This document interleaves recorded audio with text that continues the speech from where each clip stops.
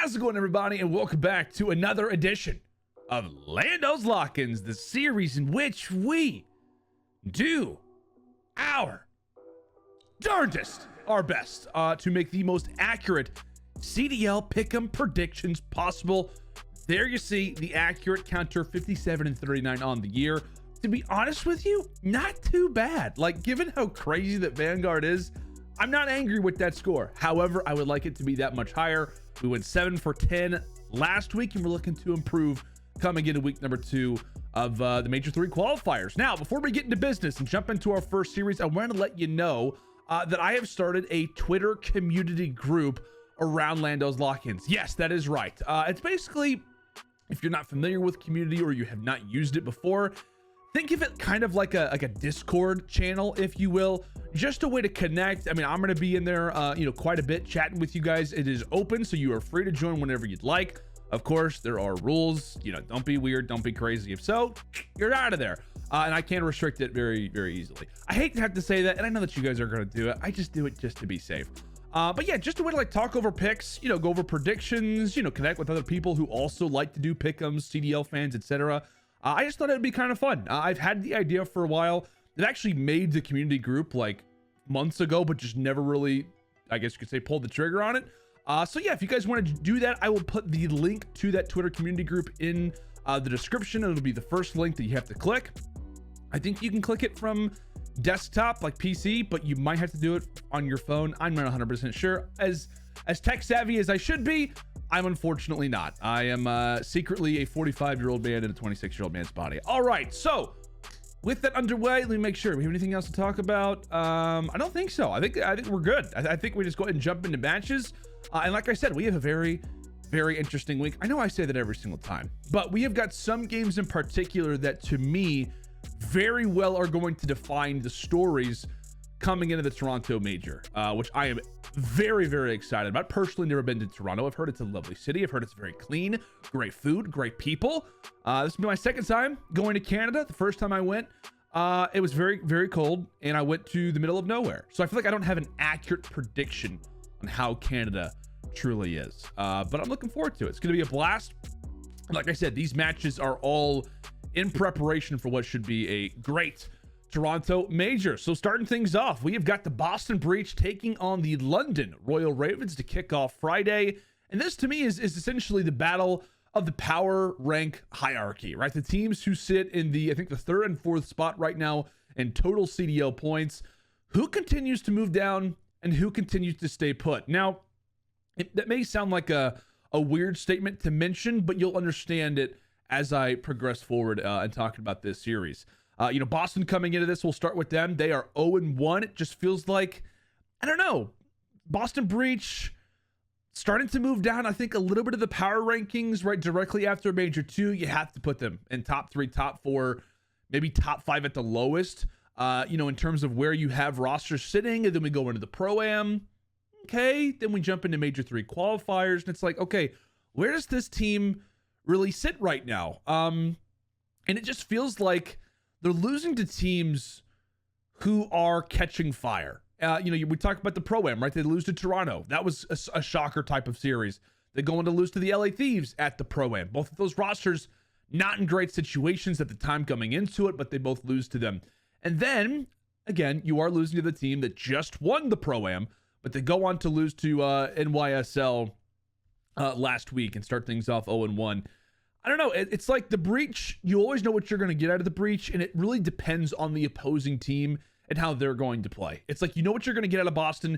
You know they're going to be a consistent team really across all modes. They're starting to work on the map pool. They're starting to get better across the board in different game modes. You could argue the Search and Destroy was unbelievably lethal to start the season. That has tailored back a little bit, but they've started to get better at some of the other respawns. So it's an interesting situation. Like I said, but it does feel like it is a matter of who is Boston playing than rather how Boston is playing. That really defines the way that they walk away with series, whether in wins or in losses. And I will say this is a very, very important series. Very, very, very important series for the Boston Breach. Because after this game, do they have any more games this week? I believe they do. Yes. Okay. I was going to say, I was looking at the schedule here in the pick'em screen. So they play London today, or on this day. The next day, they will go on to play Atlanta FaZe, and then they've got the Florida Mutineers. So, in a perfect world, if you're Boston, you walk away with this game, you're 1-1, you've still got Atlanta to play, LAT, and Florida. Definitely a chance to get it out. However, if you do lose this game, you're looking at having to at least go 2-3, preferably 3-0. So if you start off, if you lose this game versus London, it is panic mode instantly for Boston because they do not want to be in the loser side. Like I said, they're trying to keep their position right now in the overall pro point standings. And the same thing can really also be said for the London Royal Ravens. This team comes into week number 2 at 1-1 after losses to the LA Thieves 3-0. They got bopped by the Thieves, and they go on to beat Paris in a game 5. And we all know, right, the new addition of Harry has come into the team, so it's taking a little bit of time for the Ravens to get adjusted to him. It feels weird because it feels like this is the way that an actual, last second roster change is supposed to work. After seeing Kismet work out at the Pro-Am for New York, after seeing Smart work out so well for LAG, when it came down to Major 2 and, PROLUTE, all of these new additions to rosters, it's weird to be like, yeah, this is the way that it's supposed to look. Like, you're not supposed to have this instant success with a new player on the team. But like I said, right now, the biggest issue for the Ravens, even going back to the Pro-Am, is they got to win hard points. Like, I know they've had a substitute, but they have to get back on track. From a stats perspective, I think throughout week 1, everybody played well. I think overall, and especially in the hard points, except for Nasty, they've lost their last 6 HPs going back to the Pro-Am. And like I said, Harry looks great. Whether it's pace, whether it's just, it feels like whenever you do add a new player to the team, it is very easy for somebody to almost get tossed off to the side or maybe not have that same impact because the fights aren't going the same direction. You can look back at VOD and maybe see that Gizmo and Nasty work really well in coordination with each other. Maybe the trio of those two and Afro just had a connection type of thing. But I know Nasty to not be a 0.7, 0.8 type of player. He is definitely not one of those guys. So you are definitely looking at the London Royal Ravens to try to pick up the pace a little bit. As we said, they do escape with a 1-1 record, but still going game 5 with Paris just means that there's probably something wrong with your game. I hate to say that about the Legion, but it is the truth. You cannot be going to game 5s versus Paris, especially if you are considered to be in the power rankings, or just more specifically in the CDL point standings. That cannot be a thing, at least consistently, right? So looking at this series, it's an interesting one, right? Because like I said, both teams, not a stellar first week. Boston is smaller sample size right now, but as we said, it really is about the way that the other team starts to play. So if you're London, right, you go through your first week, you played the Pro-Am, now you play 2 matches, an official, league play, right? They should figure some things out. They should be a better London than they were last week. Does that mean they beat the Boston Breach? I don't think so. However, I do think that London win a hard point in this series, but I think that Boston is a more complete roster and are aware that this is a must win. Again, if you are the Boston Breach, you cannot lose this. This is one that you really, really need to take. I think that sense of urgency is going to be there for Breach, and I think they do take this series. I'm going to say it goes 3-2. I think London give it a great effort, but in terms of the search destroys, I do like Boston there more. I think obviously the control is going to be important. That swing mode, if it's, an opening a hardpoint W for the Ravens, then that puts pressure on Boston to probably win the search destroy and the control. But I think the hardpoint's going to get traded very much so. And I think that London can win search destroys. I don't see Boston going 0-2, but I do see London giving it a very, very close effort. And I guess, if I do have it going to a game 5, I can see London winning this series, which I can. I'm just not there yet, if that makes sense. So we'll go ahead and move on. I feel like that was one of the faster opening series that we've done on LandO's Lock-ins. Like we made it through there pretty quick. I feel like our day ones are always like 30 minutes long, and it's just like, oh yeah, we have 7 other games that we got to predict. So let's go ahead and move forward. Toronto Ultra versus the Minnesota Rocker. It's the Battle of the North. Okay. Excited for this one. And this is a very, very interesting match already, right? Because Toronto, they come into this 1-0. Minnesota, they come into this 2-0. We'll talk about Minnesota in just a moment. Toronto, they are off of a game 5 W versus the Seattle Surge. A crazy 4-point hardpoint game gets them to a game 5 that they do manage to close out in a 6-0 fashion on Tuscan S&D. Granted, Toronto Ultra, it's scary that you are in a situation where you are, 5 points away, 4 points away from getting 3-1 by the Surge, who, again, were on absolute red alert after the Pro-Am. Many people calling for a roster change, but they do clutch up. Toronto does win a hard point, and when they get to a Game 5, they handled business. More specifically, Insight handled business. Just a masterclass type of performance in that final round where he gets a wild 1v2, snipes the first player in P5, then clutches up. From there, it's a solid W to take for Toronto. But again, it's almost like you look at the work that you've done after the whole series is over, and you're like, guys, nice W. It was versus Seattle though, right? It wasn't like it was versus a Ravens team, versus a Boston team, versus insert top echelon, more middle of the pack roster. You're beating the Seattle Surge, who you should be beating at the end of the day. And so there is positives to take. The one really nice thing about this series as well for Toronto is that it wasn't on Kleenex. It feels like a lot of their W's this season in, big situations, especially earlier on in the year, came from Kleenex dropping bombs, getting really, really high engagements. And he drops a 0.73. The highest player, or the highest KD in the lobby in this team for Toronto was Cammy at a 1.18. Basically the total flip-flop from what we have expected. There's been a lot of people talking about Insight, a lot of people talking about Cammy specifically. Mentioned that they're just not the same AR duo that we had last season. And it's hard to avoid that conversation, without a doubt. But a great little game, right, that Toronto's able to take, in which everything felt like it was the way that it was supposed to be. A Toronto team that clutches up, a Toronto team that wins S&Ds, has dominant performances, Insights, clutching up massively, as we know that he did back last year. Cammy has a great performance, which is what he did last year in Cold War. Just, I don't know. It feels like a good W versus Toronto, but this is going to be a real test, right? Versus a Minnesota team who had a flawless start to the Major 3 qualifiers. They were the most interesting story, without a doubt, after week 1, was how great that they looked. They go 2-0 and 6-0 in maps. After not making it out of groups at the Pro-Am with Havoc, they really shined, right? Versus the Gorillas and versus the Thieves. They took it to the LA teams. And I think after week 1, like Attach and Havoc just have unbelievable stats, like in the 1.4, 1.5 territory. I know that Standy had excellent KDs as well. So, obviously when you go 6-0, the KDs are going to look great. But it's just interesting to know who those players, really are when it comes down to it. So just a great overall performance from Minnesota. When you really look at their catalog of work, you can see the way that the series went down. The opening hard points were well strategized. They played back-to-back Gavutsus, which is a nice win versus the Thieves, who just looked great on Gavutsu the day prior. Or at least, I don't know if it was the day prior, but in a few series recently. They win the Search and Destroys very convincingly, and then they just win the controls. Like, it is a Minnesota team who, again, a small sample size. We'll see how long this can last. But we know, right? The honeymoon period, without question, is a thing. Was Minnesota's just delayed? Maybe there was a little bit of a slow taking off period when it came down to the Pro-Am, but maybe they finally started to hit their stride. And I think that very well could be the case. Again, they take down LAG, who, again, expected to beat.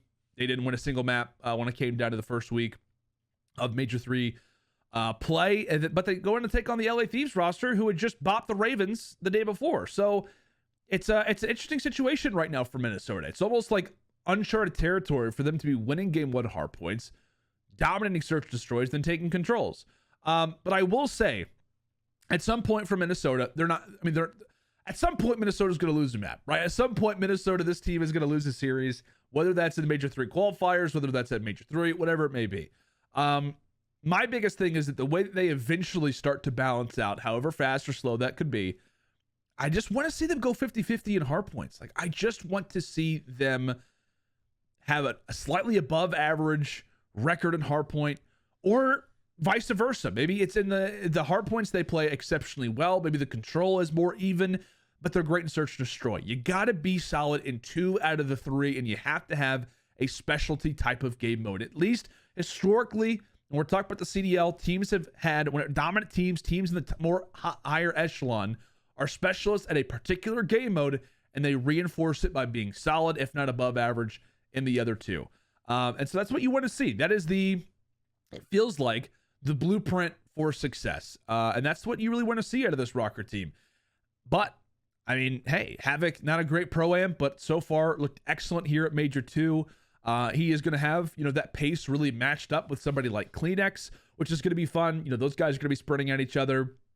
We saw some excellent sniper play on Tuscan, specifically Top Fire, right from attached, where he got 2 players that are having to break the wood, which is incredibly impressive over on the A side. It just feels like the team is clicking, and that is a very, very good position to be in right now. If you are the Rocker, they're in a very interesting spot when it comes down to the standings. I mean, they are just like, they're in the thick of it, right? They are in the thick of it, around the 70, 80 point range, along with like 6 other teams, which is terrifying. So, to me, this series comes down to control, because I think the hard points can be traded, especially if Minnesota's playing the way that they have lately. Throughout the season, Toronto and Minnesota, the 2 talking points, both teams can't win hard points. Lately, they are. So, with that being the case, I think the hard points can be traded either which way. I also think the Search Destroys, if there are 2 of them, have the ability to be traded as well. So, I like Minnesota there more lately, without question.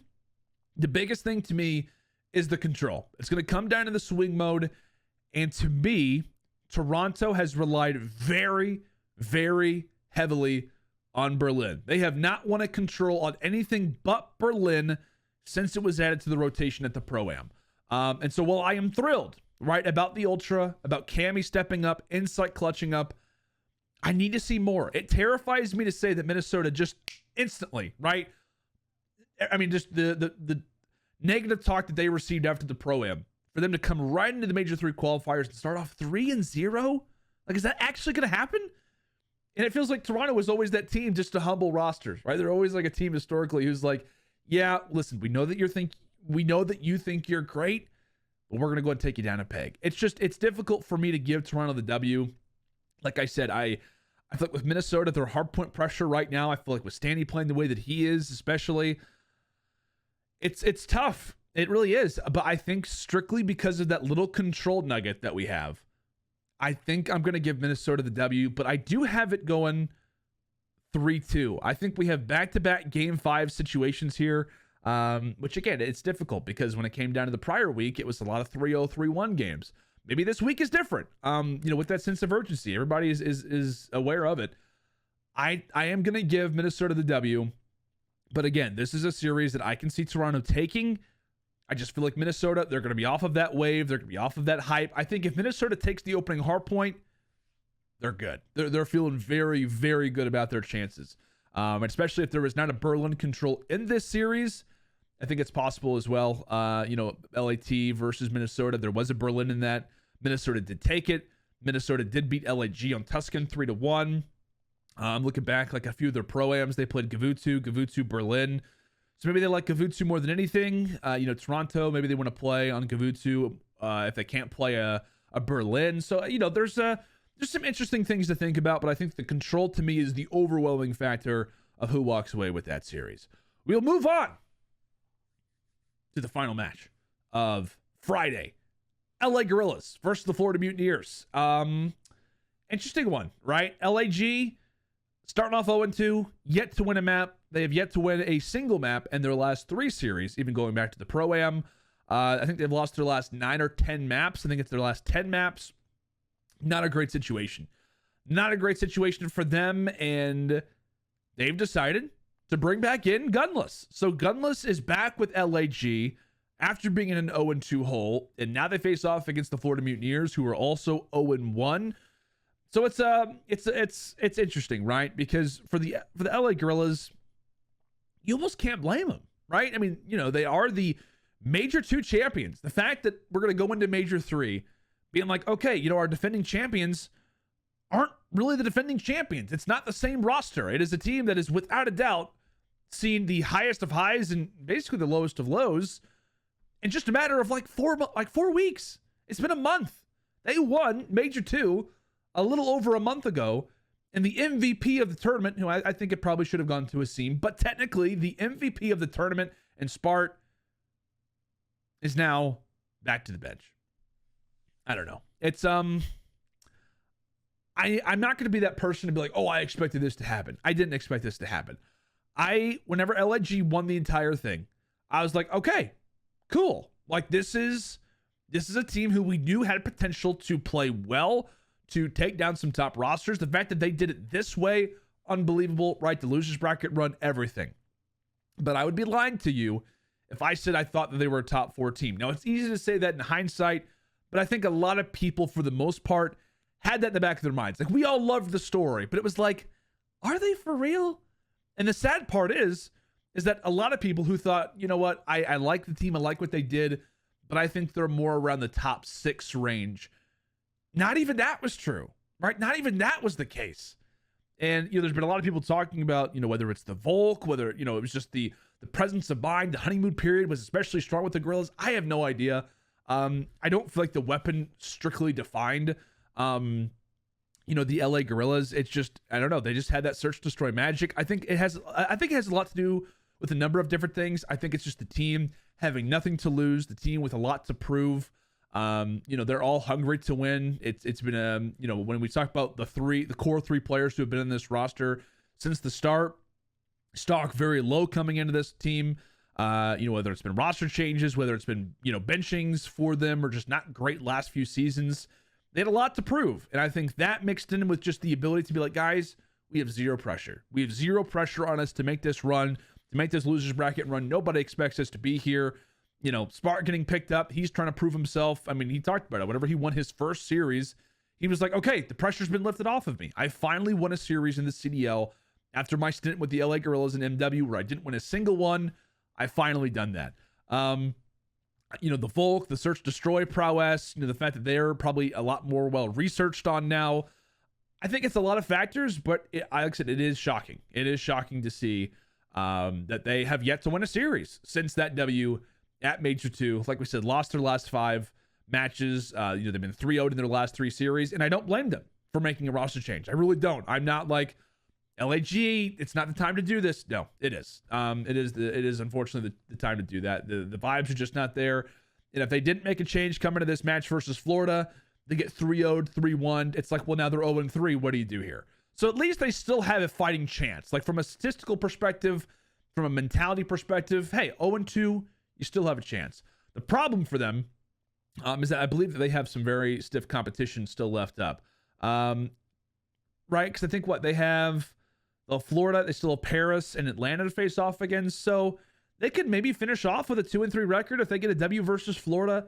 If they win versus Florida, I expect them to beat Paris, but I don't expect them to beat Atlanta. So I think best for LAG, you're 2-3, but that requires a W here versus Florida. So this is a very important series for LAG, and it's going to be great to see Pierce back. I'm very excited to see Gunless return. He was having a great season, which cannot be understated. He was having some problems, and it sounds like he is back and ready to go. So very, very excited to see his level of play. And maybe that just ignites this LAG team, right? To be a contender, to be a threat. And then the other side for Florida, right? Mutineers, they bested me once more. They, even going back to Cold War, I've called them the most difficult team to predict. And it is absolutely the case. They're going into a match versus OPTIC Texas, who has a substitute, PROLUTE, to many an unknown figure. How are they going to play? How is he going to perform in this team? They roll up against Florida Mutineers, who managed to beat OPTIC with General, and they get 3-0'd. They get 3-0'd. Like, come on. I had Florida beating OPTIC, I think, pretty handily. I think it was like a 3-1 win that I predicted. Not at all the case. It was Skies and I think Vivid, who did not have great performances in that game. They're 3-9 in their last 12 search destroys, so it's like they're very reliant in these hard points, in these controls. They obviously don't take either of those. Search destroy, they just can't really seem to get a grasp on that. And like I said, Florida, very reliant in the game 1 hard points. It's almost like the way a series is going to go with Florida instantly off the rip. Like 9 times out of 10, if they win the first hard point, they're most likely winning the series. If they're not winning it, it is very likely that they are losing the series. Very hot and cold. And to me, that series, there's just been games, these last few games that Florida have played, where they've got the chance. They've got the chance to get the stigma off of them that they are just an inconsistent roster, or not inconsistent, I guess is the word, but just a a team that is sometimes firing and sometimes isn't. I know that basically is the word inconsistent described, but it almost doesn't feel like they deserve to have that title anymore. But again, it's hard. It is hard to not say that. The way that I see this series, Gunless has come back to the team. They've had some time to practice. This is either going to be a great opportunity for LAG to be like, okay, we're here. We're ready to go. The problem is that you're facing off against a very, very streaky Florida team where, like I said, that opening hard point is going to be huge for me. The way that I see this going, Florida, LAG, whoever wins that first hard point, massive advantage. More specifically, because Florida, they lose that opening hard point. I think they lose the next search destroy. They go down 2-0 versus an LAG team who is very, very hungry to get a W. And from there, I have no idea the way that it goes. So I think the opening hard point is the most important thing for this series. And it's arguably more important for the Florida Mutineers, like I said, considering the way that they like to play. Now, I'm going to invest in the Mutineers here, and it terrifies me to do that. But I do think that they win this in a 3-1 fashion. Again, I am very much wanting to root for LAG, but I am going to say the Mutineers are going to do this. Like I said, I'm investing. Mutineers, you've given me your team skin after watching Casters on the Climb. You gave me your team skin, and I am betting on you again. Do not do this to me, all right? Skies, Awakening, Vivid, Dave, don't do this to me, all right? I'm investing in you to win again. They better win this, okay? I'm just saying, Florida, you better win this, because if not, I mean, the way that they shoot down in terms of power rankings, in terms of just overall hype, it's not going to be good. It's not going to be good. Like I said, if you lose to OPTIC with a substitute, prior to that, I think they lost a very close series versus Toronto, at the Pro-Am, going back to that. Like I said, Florida need to win this. But again, that is a very scary series. I think, for both of these teams, LAG to start off 0-3 would be cataclysmic. And Florida starting off 0-2 would also be just as bad. So let's go and move on to Saturday. To me, a series that's probably going to be one of the easier ones to call. New York versus Paris. New York 1-1. They had a tough first week back post Pro-Am. They lost to Atlanta FaZe 3-1 in what I feel like was a very, very interesting series. Jay and I had the cast on that one. They walked into the opening hard point, versus the Atlanta FaZe, and were able to take it. It was like, okay, cool. New York is here. New York's firing. They're prepared. They go into the Bocage Search Destroy. Hydra has a wild 1v2, one of the best plays of the entire week, without question, and probably on the season. Just considering the moment in time of which he needs to do what he has to do is wild. He basically wins 2 fights that he should not win. It's wild. If you have not seen that, I highly recommend that you go back and take a look at the top 5 plays of the week on the CDL YouTube channel. So, New York, they're feeling good, right? They're up 1-0 in the series. They're up 4-1 in the Bocage, and they don't win the S&D. They allow for Atlanta FaZe to get back in the game. Arstice has a crazy 1v2 clutch where he sneaks through one of the New York setups when they're trying to make a play on the A site. I called. Surely New York saw him. They didn't. Little plays like that allowed for FaZe to get back in the game, and they would go on not just to win the Search Destroy, but to win the Control and to win the hard point. So FaZe, they find the lane, and they end up walking away with the series in a 3-1. The reason why I reference that series so much is not just because New York did choke the Search and Destroy, which is important to talk about, but if New York go up 2-0, they at least have another Search Destroy to rely on, which then gives us another talking point about FaZe moving forward. And it could have been a great, great start for New York to kick off the Major 3 qualifiers to beat a powerhouse team like the Atlanta FaZe, which I predicted them to win. So that's why I'm talking about it. It's basically because I'm kind of ticked off, but also because it's important to reference. And then they also went on to beat Boston in a 3-1 fashion. They go 3 for 3 in the respawn. So a very difficult week for New York. Again, I thought they were going to go 2-0. The fact they go 1-1 is still very, very good. You are very happy if you're an NYSL fan. The fact that they were able to bounce back versus Boston, that is critical. So like I said, New York comes into this 1-1. On the other side for Paris, 0-2. After a nice little run at the Pro-Am, where we're talking about they're beating certain teams. More specifically, the nice little run that they had versus Toronto in A Academy, et cetera, et cetera. They met London, right? Lost in a game 5. They go on to face off against Seattle. They lose that one 3-1. They've had some close games. They've held their ground in certain modes, but it's just not there. And there's been a lot of people talking about, free Temp. Temp is the guy, and no one is stepping up alongside of him. I don't know. It's a weird situation right now for the Legion because it's almost difficult to say, you know what, guys, it's not just a one-man show type of performance. Because statistically it is. I mean, like, you're looking at different series. I think versus Seattle, Jimbo has another one of those games where he goes -48. I think it's like a 0.5 KD in the series. It's hard to defend, but I will say the one little snippet that we've got with the Paris Legion is in their comms. And the comms are not great. They are, without a doubt, to me, the most lacking comms right now that we've got in the CDL. And again, it's very easy for me to say that because when we happen to get into their comms, it just feels like things are not going right. It feels like, people are barking at each other. It just doesn't feel collected, or collective, I guess would be the right word to say. And like I said, I feel like for Paris, like, they have got some great talent on the team. Like, we saw what Tom Gravity was able to do at the Pro-Am. We saw what Jimbo was able to do at the Pro-Am. We know what Temp is able to do so far throughout the season. And John has got those moments where he takes over as well. So I feel like Paris are a team that, by the way, should not have just one online win this season. They have one, right? They don't have a ton of wins this year, but they've only got one win online. And there's been a lot of people talk about, facilities, things like that. Obviously, to me, that is without question a factor. Ping differentials. People talk about how Jimbo's not the greatest connection, et cetera, et cetera. I absolutely agree with that. But to me, Paris is not making it better by the comms. I think they are clearly frustrated. I think Temp is very frustrated. I feel like every time that I'm watching the flank or I'm watching, basically analysts critique the way that Paris play, Temp is in there. And there's a lot of people talk about Temp, you should get out of this team. This isn't your roster to be with.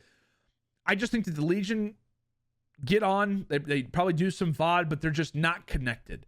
And that to me is the biggest problem with the Paris Legion. They're not going to get better if they're a one-man show. And I feel like there was just connections that are not there. And it's difficult, right? Because I just think there's not a whole lot of fight in this roster to want to get better. At this moment, I think it very much is a matter of just players feeling disconnected. And there's a lot of situations too where you're watching them play and it's like little mistakes, right? Where a player breaks through a setup, somebody gets shot in their back when it feels like that comm should have been given. Little things like that. It's very easy to attack Paris because they are the 12th team in the standings right now. They've been that way really since franchising, except for technically in year 1. But I don't know. It's just it's a tough situation right now for the Paris Legion, and I hope that they do turn things around. But I don't think it's going to be in this series. It's a big opportunity for Paris down 0-2. We always talk about it, right? You basically have to be perfect from this point on to guarantee a winner spot. But this is not. I don't think this is the opportunity for them to do it. I think if Paris go down early, they lose the hard point, they drop the search and destroy. I just think there's no fight that's going to come back from Paris. So I think this is going to be either a 3-0 or 3-1. I think that Paris are always going to have some fight. I think there is absolutely a chance where they could, win a map here or there. But I'm going to go ahead and define this as a 3-0. I'm going to say that New York pretty much has, somewhat of an easier time with it. They go 2-1 and are prepping hard for their series versus Toronto tomorrow. So we'll go ahead and move forward from that one. And we'll jump in to Seattle versus the LA Thieves. Seattle Surge started off losing to Toronto in a game 5. I was very impressed the fact that they got to a game 5. Then they go in to beat Paris in a 3-1 fashion in what was labeled as the Blow It Up Bowl, which I thought was a very interesting label for the series. I think that was I think that was the title given by Patty P, or at least some of the guys in the flank. So shout out to them. That was a very interesting one, but it wasn't the most convincing 3-1 win either for Seattle. So, like I said, it's weird territory for Seattle Surge right now, because coming into this week, I was talking about how, there's a very high chance this team could be making roster changes. Like, from the speculation that had been granted on Twitter, a lot of people talk about how, hey, this may not be the roster moving forward. They have a lot of talent. It just feels like they're not able to use it correctly. The biggest thing to me for Seattle is that there's clearly some misconnection when it comes down to their play. either they're winning hard points and respawns, or they're winning search destroys, but it's never at the same time. And you don't feel like they're necessarily a specialist in any game mode. Obviously, they have their maps, right? But that Berlin control specifically, that is their new map. Like, that is their new, relied upon type of game mode. But that's really it. Like, it's one of the more complexing teams that we've got in the CDL right now, where it's like, we know the unbelievable talent that exists, right? We were talking about how, Sib was arguably one of the best flexes in the entire game.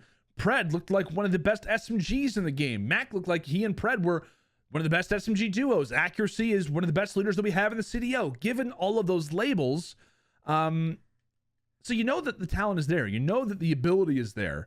It's just a matter of the fact that you don't feel like they're specialists at anything in particular.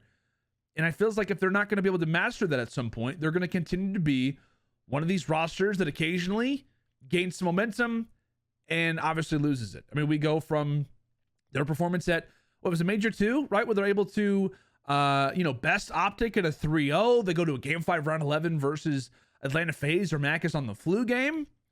And then we go into the Pro-Am and they're losing to Strike X. Like, that is, to me, the ultimate highs of highs, the ultimate lows of lows, is to go from that in such a short period of time. They have earned the label, very much like the Florida Mutineers. Unbelievably difficult to call. And I will say that is the exact same way in this series, I feel, as well. On the other side for LA Thieves, first match started off great. 3-0 the London Royal Ravens, look good, feeling good, and then they run into the Minnesota Rocker and they get 3-0. You're like, wait, what the heck? Like, what just happened? We were just given the entire LA Thieves team their flowers. I thought they were going to go 2-0. I thought they were going to pretty much handle business pretty easily. I want to say I had them beating Minnesota in a 3-1 fashion when it came down to that game. But not at all the case. Not at all the case. More specifically, in that loss they suffered versus Minnesota, Kenny goes -21. Envoy goes -15. The SMGs, it's back to the same story of praise instantly into, okay, guys, this isn't going to work. This clearly isn't going to work. So, to me, this is an unbelievably important series for the LA Thieves, because you cannot afford to lose to a roster like Seattle, especially after the level that you showed at the Pro-Am. So to me, this is a massive game, more specifically on LAT. Like I said, especially when it comes down to the SMG side of things. I think that when we look at this one, if the LA Thieves do start off 1-2, they have still got OPTIC and Boston left to play.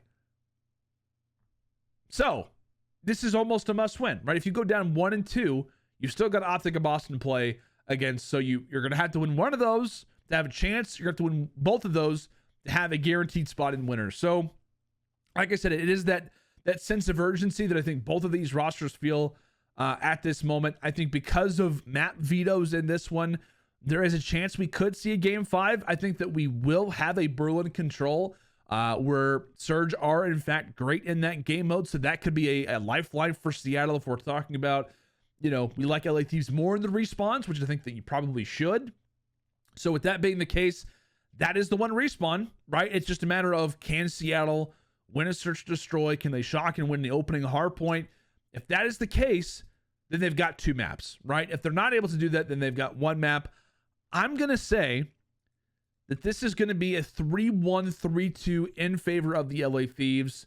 Again, it's hard to call. I like the ARs, obviously, of the LA Thieves more, but it's just a question of what Seattle are we going to get? What LA Thieves are we going to get? Who is going to be able to perform?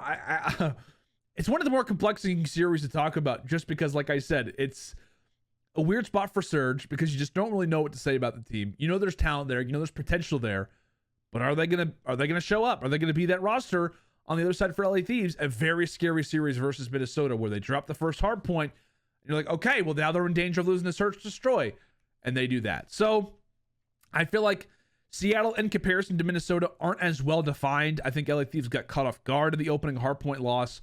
I don't think that happens in this series. I think LAT takes that. And because of that being the case, I don't think they drop games 2 and game 3. I think it's probably a 1-1 trade. LAT goes up 2-1 going into the game 4 hardpoint, and I think they do close it out. But I think it will be still a solid performance from Surge. I'm still looking at Pred. I think he has played especially great lately. So it could be 3-2. I don't know, but I'm going to stay with 3-1 for right now. We move on to the Florida Mutineers versus the Minnesota Rocker. As we said, Minnesota has been the talk of the town. I have them beating Toronto Ultra the day prior, which means that they would be coming into this series, if my predictions are accurate, at a 3-0. Can they make it 4-0? Like, realistically, is Minnesota going to make it 4 straight games at the Major 3 qualifiers? If Minnesota does drop, right, this series to Toronto, they would obviously come into this 2-1, with this being a very important game. I think because Minnesota still do have FAZE left to play against. So there is a lot to consider when it comes down to it. So like I said, Minnesota, if you do lose this versus Toronto, it basically becomes a must win. If not, they're cruising. They're 3-0. They've got a guaranteed winner spot. But now from here, it is all about improving that record. And I think that is going to be the case. I think Search Destroy will be the story of this series versus Toronto. And again, you're looking at players like Havoc and Standy to have excellent performances. So I'm gonna cut straight to the chase, right? Florida, I have them at 1-1. I have them beating LAG. I have this to me is one of the more scary. This is probably the most scary, like, back-to-back performances or calls that I have in Major 3, because I'm gonna say that Florida go 2-0. I'm gonna say that Florida go 2-0, beating LAG and beating Minnesota.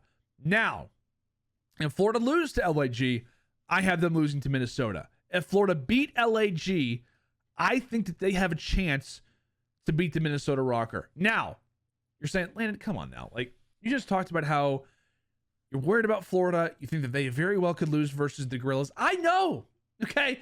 I know what I'm saying right now. I know this sounds crazy, but I am going to go with an off pick. I think that Florida, from a matchup perspective, from a veto perspective, could match up well versus a Minnesota team. And the big thing for me is that I feel like Rocker, while they are a very solid roster, I think that they could get caught off guard by Florida. I think if they beat Toronto, they're going to be feeling good, right? 3-0. I think they can get surprised by this Mutineers team, who, regardless of who you are, it feels like Florida have got the ability to steal that opening hard point. They can, if Skies goes off, if Awakening starts to take off, if Vivid's winning First Bloods, a very scary team in Search Destroys from time to time. And then if you give them, the right control, they can also take that away from you as well. So I think that ultimately this series comes down to, if these two matchups go the exact same way, so if Minnesota beats Toronto, if Florida beats LAG, I think Florida beats Minnesota, particularly because Florida catches Minnesota off guard, and we see an especially solid series out of Skies, out of Awakening, out of the core of the team. Maybe Dave Patty clutches up and Search Destroy, and we go from there. There you have it. That is, it feels scary to say that. It does. I'm not just investing once. I'm investing major stocks in the Mutineers in this week. Do you agree with me? Now's your chance. Right now is your chance to invest with me in the Florida Mutineers. We'll see if it works out. I am very terrified of this prediction, but you can let me know in the comments of this video if you agree, or in the Twitter communities chat as well. That is your chance. If you didn't hear me talk about Twitter communities or earlier in this video, you'll see that link in the description. We can talk about everything pick'em related there. I'm going to take a drink before we get into Atlanta versus Boston. All right, let's do this. Big week for Atlanta. This, to me, is the team to watch. I don't care if you're a fan of London. I don't care if you're a fan of any other team, Seattle, LA Thieves, Florida, whoever.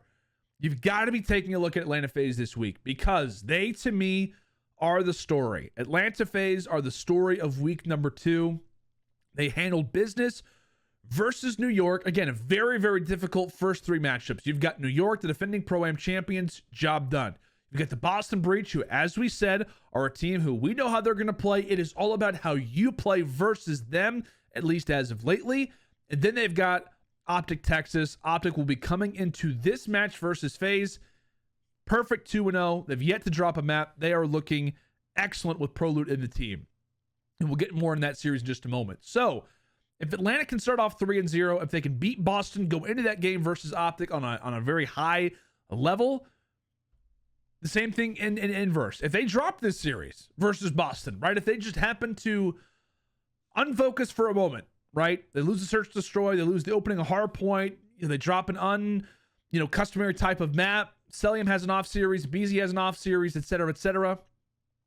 It's terrifying going into that OPTIC Texas game. Now, I will say, all of this stuff, considered, I have Boston beating the Ravens in a game 5. If that is not the case, this is an unbelievably important series for the Boston Breach because they need to get a W on the board.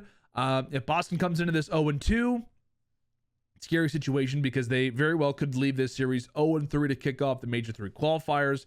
If not, they come into this 1-1 since the urgency maybe isn't there as high.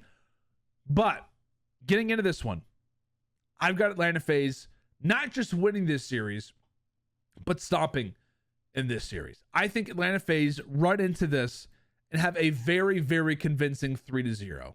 I do. I think that, like I said, this week is so important for FaZe for a number of different reasons that I can't get into right now because we're just one series away from talking about it more in depth. But I think that Atlanta comes into this series motivated, ready to go, ready to kick down the door and beat a Boston team because they are so interested and so into it because of OPTIC Texas.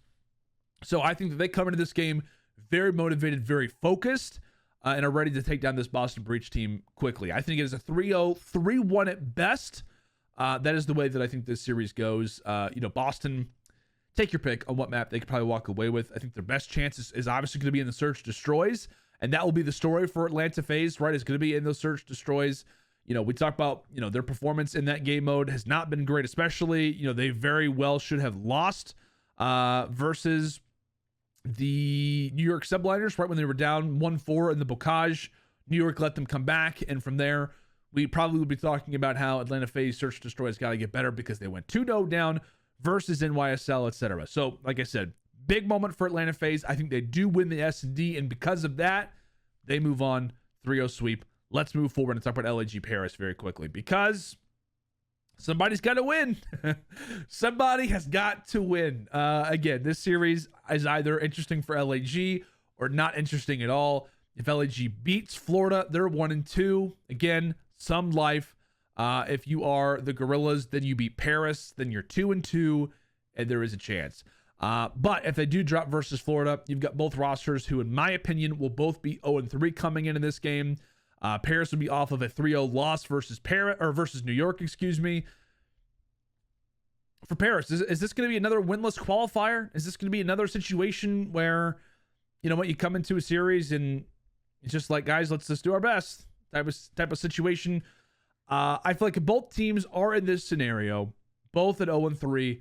LAG have a lot to fight for. Because, guys, listen, we just put our first series back with gunless. We lost to a Florida Mutineers team who, obviously can be a top roster from time to time.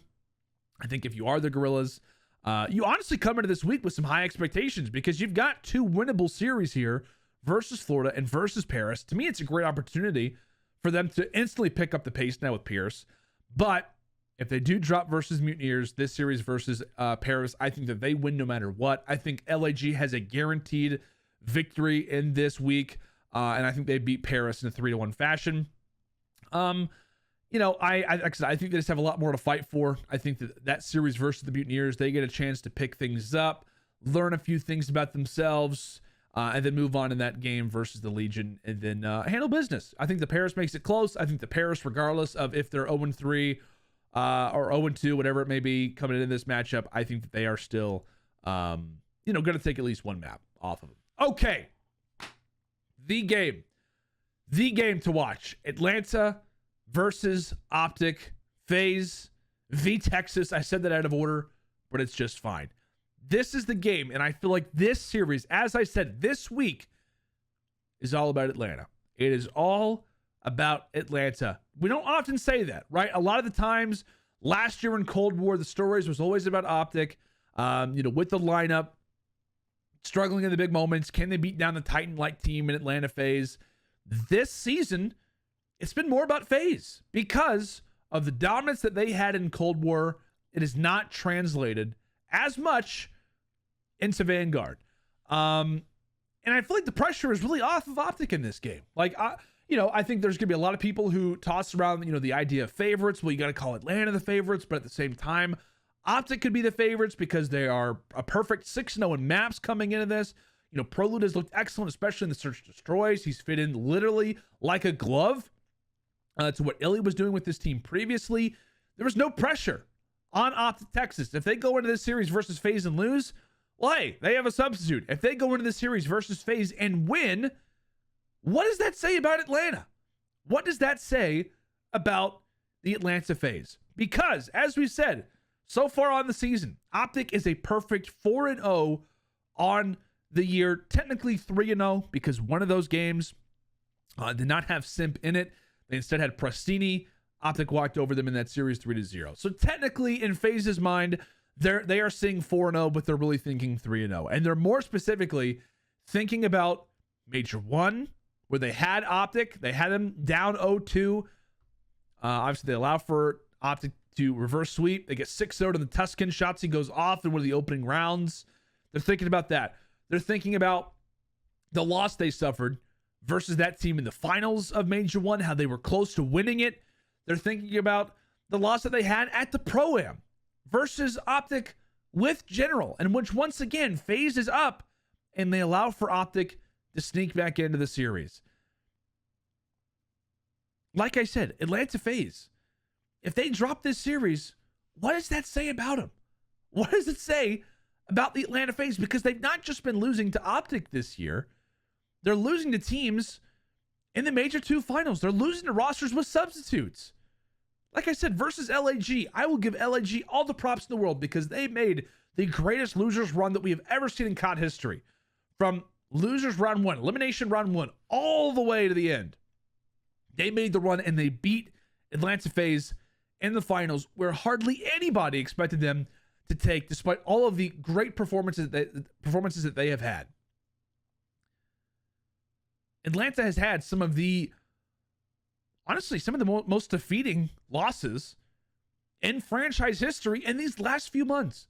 And so if they come into this game versus OPTIC Texas and drop to them again, and a team that is not by any means at full strength. I know there's a lot of people who could say with PROLUTE, etc. I know it's a weird situation right now. We'll talk about that here in a moment.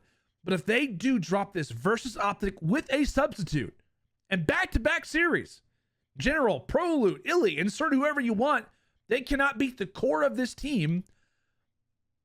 I think that in some ways puts it puts something in the back of the minds of the Atlanta FaZe players until they win a championship this year. I mean, it's going to continually be asked, like, what is Atlanta FaZe now? Have they gotten comfortable?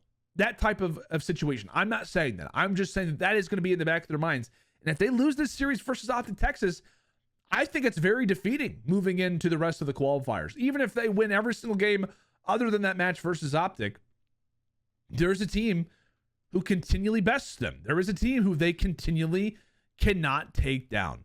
And so, well, again, it has been a solid season all the way around for Atlanta. I mean, they've gone to back-to-back grand finals when we talk about our majors, etc. They've had a solid year by any stretch of the imagination, except for the caliber of Atlanta FaZe. It's going to be an interesting series. It is going to be a very, very fun one to watch because we are imagining that PROLUTE is still going to be in the lineup. There's been a lot of talk, right, about whether he's going to still be playing, if Illy's going to be returning, is Illy going to be back for the Toronto major?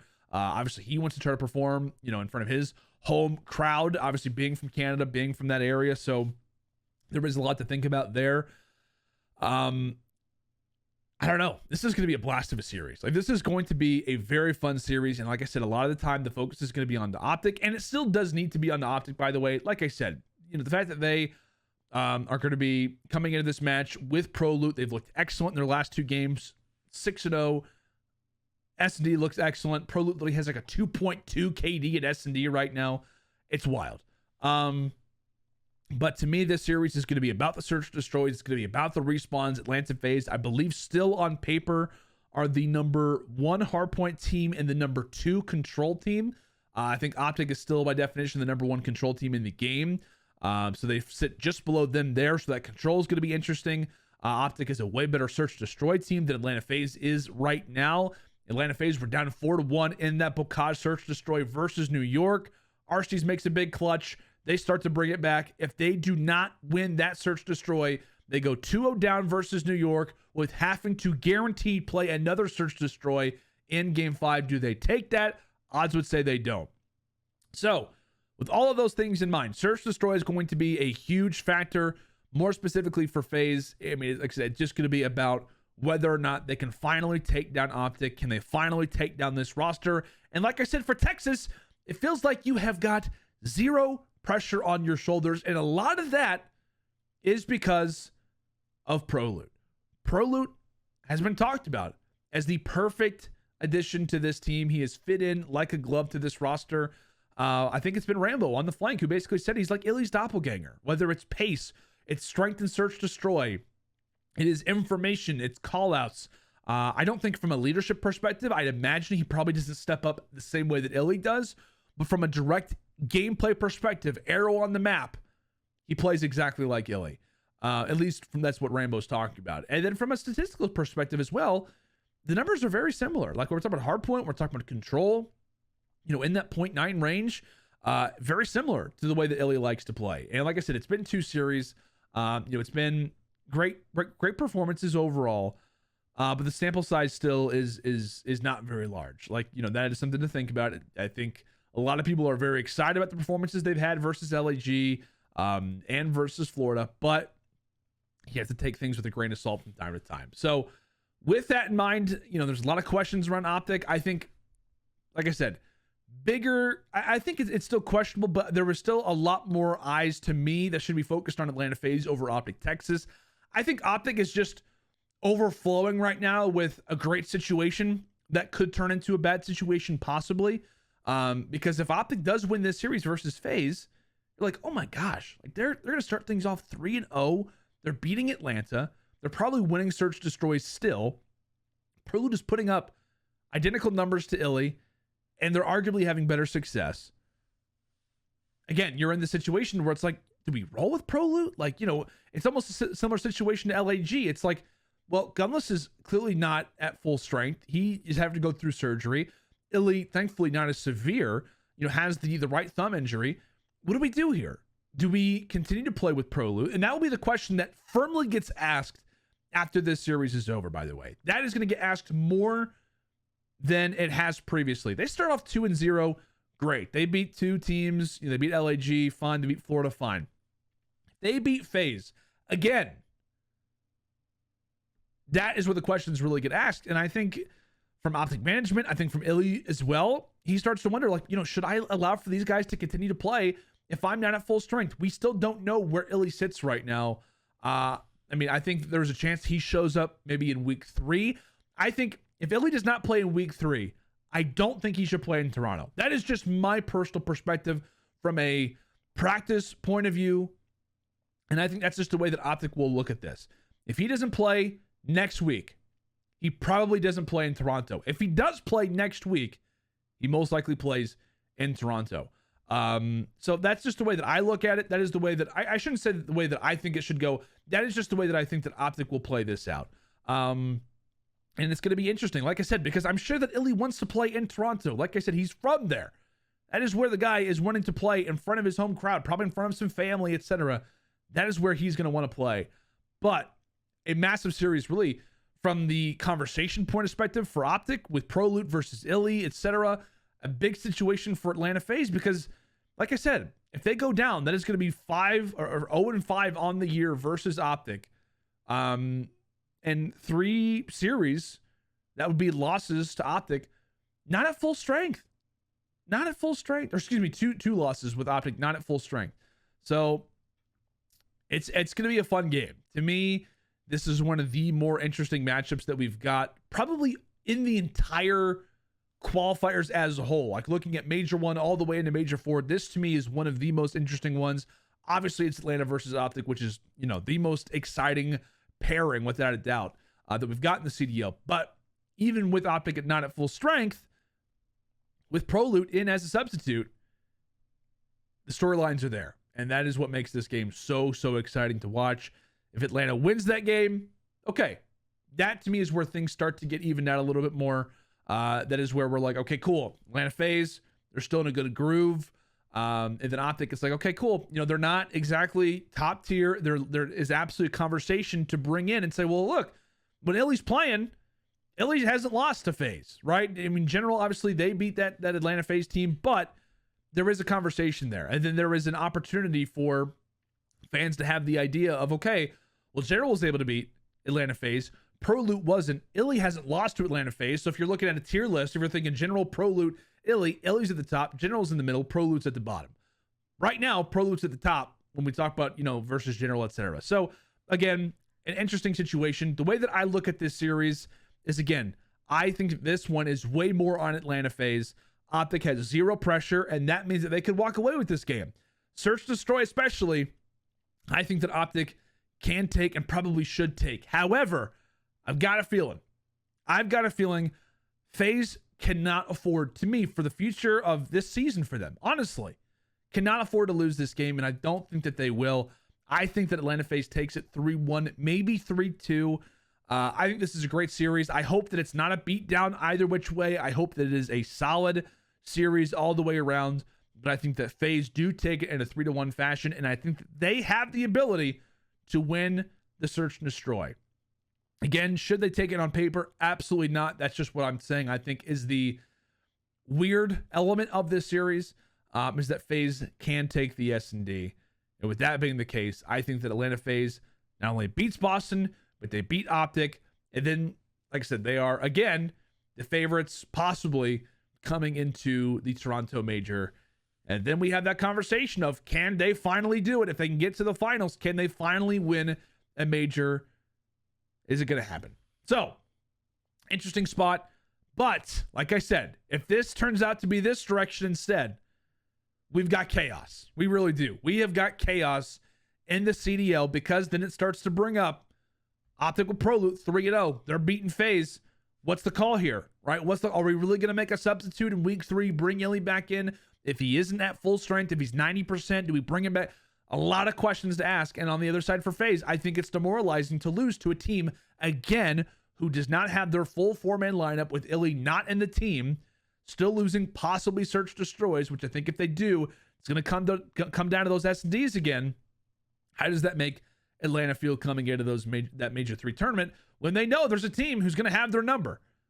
Interesting spot. However, I think it goes this direction instead. Let me know. This, to me, is the game to talk about, the game to watch. Love to hear your thoughts in the comments, and love to hear your thoughts, like I said, in the Twitter community group. Join that up. Let's talk about the games that we have got.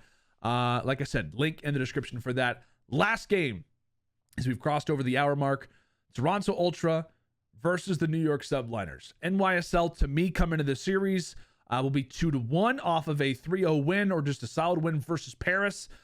They should make their way past Legion pretty handily for a great matchup lined versus the Toronto Ultra to guarantee a winner's position. So New York, again, you win both your games, you're 3-1, you're in a great spot coming into the final week. On the other side for Toronto, maybe a 1-1. Again, if they come into that series versus Minnesota, they take it, they would be 2-1, right? Or am I off on that? Would they be 2-1?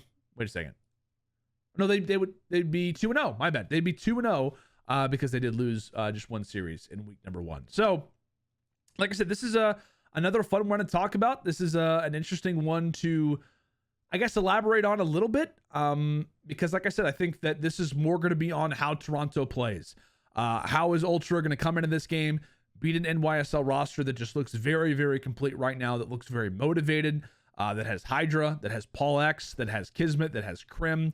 All 4 of those guys, it feels like, can lead the lobby in slang, and you're not going to ultimately be surprised about it. It feels like, to me, for Toronto, so far throughout the year, it's either Hardpoint is on and S&D is not, or S&D is on and Hardpoint is not. It's really not both in tandem together. And you could say, well, back in Cold War, it was the exact same story. You know, Hardpoint was more 50-50, S&D in control. Those were their game modes.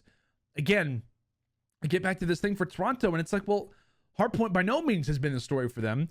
Search Destroy even feels like sometimes isn't guaranteed, depending on the roster that they face off against. It is scary to call Toronto to really beat any top caliber roster right now, given the fact that Toronto just at this moment doesn't feel still like a roster who is in the upper echelon. Like, I don't even know where I'd put Toronto right now in power rankings, because it just feels like, again, another team that just has so many question marks on them. They beat Seattle. Cool. But again, it feels like everybody can beat Seattle. It feels like you should be beating a team like the Seattle Surge. And obviously, a lot of this is going to depend on how they play versus Minnesota Rocker. If they do go to a Game 5 versus Rocker, I think their chances in this series versus New York are promising. If they beat Minnesota, very promising. If they lose versus Minnesota 3-1, 3-0, not very promising at all. So a lot of this is going to depend on how Minnesota versus Toronto goes. I think that New York, you know what you're going to get out of them. It is all about how Toronto plays. I will say in terms of vetoes, again, it's hard to really call right now. But again, I get back to that same conversation. I don't know if Toronto gets to play a Berlin Control in week number 2. And if they do not, that could be a huge pitfall for them. That could be an issue for Toronto Ultra. Like I said, if Minnesota takes that out, that could be a problem. New York is a team that is not playing Berlin Control right now, so that one should be out for this series. And as we said, Toronto, with the Search Destroys, a lot of times are relying in that control. If they're winning hard points, if they are winning, respawns, a lot of the time they are relying in that control to go their way. So with that being the case, these two teams did match up at the Pro-Am, and New York went at 3-1, only dropping the Search Destroy in that series. Like I said, Toronto was able to take it. And then in that series, New York did get rid of Berlin and did play Tuscan Control as well. So that very well could be the same. I think you're looking at a number of different players for Toronto. To me, my eyes are just always going to be on Cammy. Always going to be on the Cammy based on his level of play. I think that they stand much better of a chance if they're able to have him play at his top caliber. If they do that, they stand a much better chance in this game. So, like I said, the last time these two teams played, it was a 3-1. However, it was a very, very neck-and-neck series. Like I said, New York, they go 3 for 3 in the respawns, but all 3 of those respawns were relatively close. The opening Bocage, which again, why are we playing New York on Bocage at the Pro-Am? I have no idea. Toronto dropped that. They responded back very well in the Siege, won that one handily. And then we went to the Tuscan Control where New York clutched up barely clutched up. It was the back-to-back it was the back-to-back attacking rounds on Tuscan that allowed for New York to take that Game 5. So again, Toronto normally would have been up 2-1. So this probably goes to a Game 5 if they played that one over again, because New York had to win back-to-back attacking rounds on Tuscan. They managed to do that in the most narrow of situations and getting into the finals at the Pro-Am.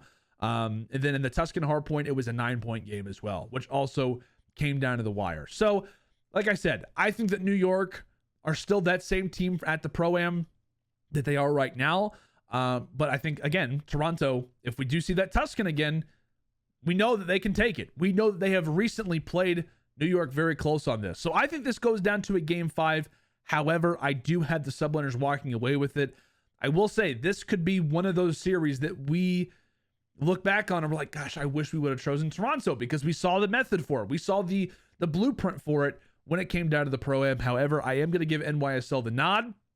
Like I said, a lot of this depends on how Toronto plays versus Minnesota. I think if this is a close game, I think Toronto stands a chance of going to a Game 5, maybe even taking it. But again, like I said, it depends a lot on how they play versus Rocker. If they play well, I think they continue to play well. If they get stomped by Minnesota, I think they get stomped by New York. This could either be an 0-2 week or a 2-0 week for New York. You are hoping, or sorry, for Toronto. I think this at best could be a 1-1 week for them. And that is how we've got our predictions going. I will officially lock things in. We save them and we move forward. Again, I might make some changes as time goes on. We will see. But like I said, folks, some fun matches to watch. I'm looking heavily at Minnesota versus Toronto. I'm looking at Breach versus London. You got Seattle versus Thieves, especially Thieves to think about. I'm investing heavily in the Mutineers to cause some surprises this week.